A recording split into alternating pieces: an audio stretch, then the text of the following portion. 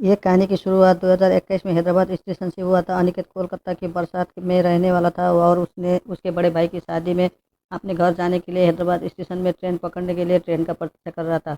उस वक्त जनवरी का महीना था और बहुत ठंड भी गिर रहा था और अनिकेत का ट्रेन रात की 9:15 में था।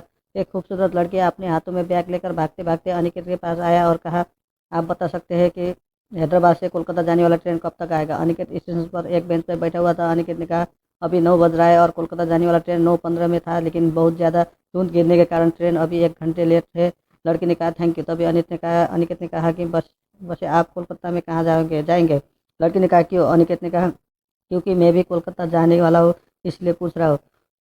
लड़की ने कहा, ओ अच्छा, दरअसल मैं कोलकाता की दमदम में रहता हूँ और आप? अनिकेत ने कहा, मैं बरसात में रहता हूँ।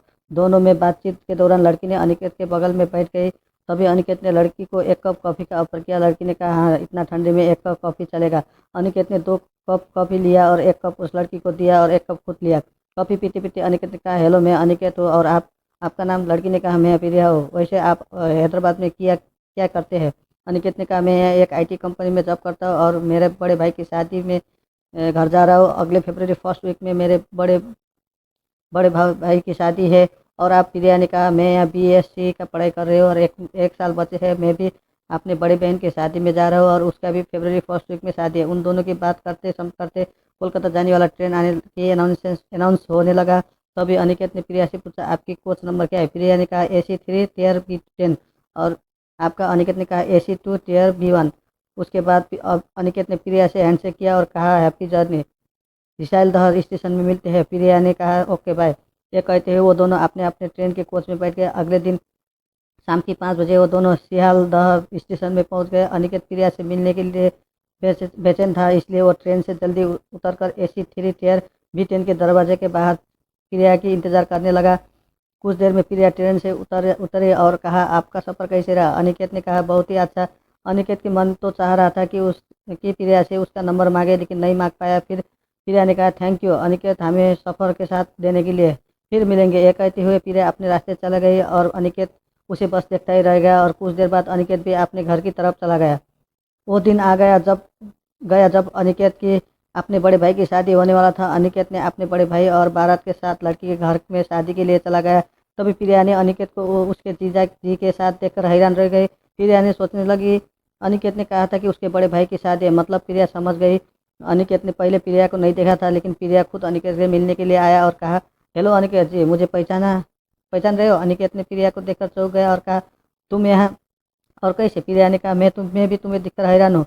तुम यहाँ कैसे? फिर दोनों ने अपने अपने परिचय दिया और तब्जुब की बात है कि अब वो दोनों एक दूसरे के रिश्तेदार निकले। वो दोनों बहुत खुश था, खास करके अनिकेत, क्योंकि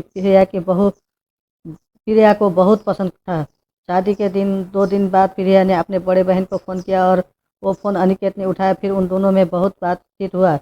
आखिर में प्रिया ने कहा, अब से तुम अपने नंबर से मुझे फ़ोन करना, मेरा नंबर दीदी के फ़ोन से ले लो। और फिर बाद में प्रिया ने अपने फ़ोन काट दिया। एक दिन अनिकेत ने प्रिया को रात 8 बजे अपने घर से बालकनी से फ़ोन। प्रिया, हाँ ठीक हो। और तुम? अनिकेत, हाँ मैं भी। कब तक जा रहे हो हैदराबाद? हाँ, प्रिया, 10 दिन में। और तुम? अनिकेत, मैं भी, लेकिन अभी तक टिकट नहीं काटा। प्रिया ने भी अभी तक टिकट नहीं काटा। अनिकेत, तो एक काम करता हूँ, मेरा और तुम्हारा एक ही साथ टिकट करा लेता हूँ। प्रिया, ठीक है, करा लो। अनिकेत ने अचानक पूछा, तुम किससे प्यार करते हो? मेरा मतलब, तुम्हारा कोई बॉयफ्रेंड है? अचानक ये सवाल। ना, अभी तक कोई नहीं। क्यों? प्रिया से किससे प्यार करने हो गए? अनिकेत ने कहा, तुमसे। प्रिया, पागल हो गया क्या? मजाक मत करो। अनिकेत, सही सही बताओ ना, कौन है वो खूबसूरत लड़की जो तुम्हारे होने वाले? तो अभी अचानक अनिकेत के भाई भी आ गए और कहे, अरे किससे बात कर रहे हो? कोई पसंद आ गया क्या? क्योंकि हम तो तुम्हारी बारी है, अब तो तुम्हारी बारी है शादी करने का। बताओ बताओ, मैं तुम्हारे बड़े भाई से तुम्हारा शादी के लिए बात करूंगा। अनिकेत ने कहा, भाभी, मैं आपकी बहन प्रिया से बहुत प्यार करता हूँ। वो मुझसे पहली बार हैदराबाद स्टेशन में मिले थे और तभी से मैं प्रिया प्रिया मुझे बहुत ही पसंद है। और उस वक्त मुझे मालूम नहीं था कि वो आपकी बहन है। भाभी ने कहा, ये बात है तो मैं आज ही मम्मी पापा से बात करती हूँ। तुम्हारी और प्रिया की शादी के बारे में भाभी ने राजी इसलिए हुआ था कि भाभी को पता था कि अनिकेत एक बहुत ही अच्छा लड़का है और प्रिया को वो बहुत ही ख्याल रखेगा और ये परिवार भी बहुत अच्छे है। हम दोनों बहन एक ही परिवार में बहुत खुश रहेंगे। अनिकेत बहुत ही खुश था। अनिकेत के भाभी ने किया और सारी बात बताई। प्रिया ने दीदी के बात सुनकर वो भी राजी थी, क्योंकि प्रिया भी अनिकेत को पसंद करने लगी थी। भाभी ने अपने मम्मी पापा को फ़ोन करके सब कुछ बता दिया और उनकी तरफ से भी अनिकेत और प्रिया की शादी के लिए राजी था। प्रिया ने अनिकेत को फ़ोन किया और कहा, अब तो खुश हो ना?